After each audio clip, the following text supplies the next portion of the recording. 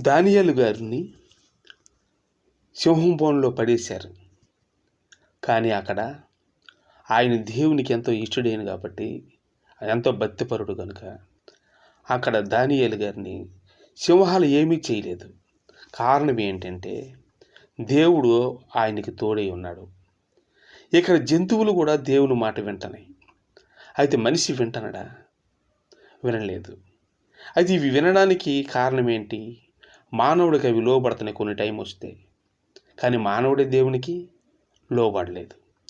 ఇక్కడ కొన్నిసార్లు ప్రభువు చెప్తున్న మాట ఏంటంటే, మీరు తేళ్ళు మట్టినను పాములు మట్టినను మీకు ఏ హాని కూడా చేయదు అని మత్తయి సువార్త అట్లా చెప్పడం ఉన్నది. స్వయంగా ఎవరంటే యేసు ప్రభువే. ఆయన దేవుడు కాబట్టి. నిజమే, తేళ్ళు మట్టినను పాములు మట్టినను ఏ హాని కూడా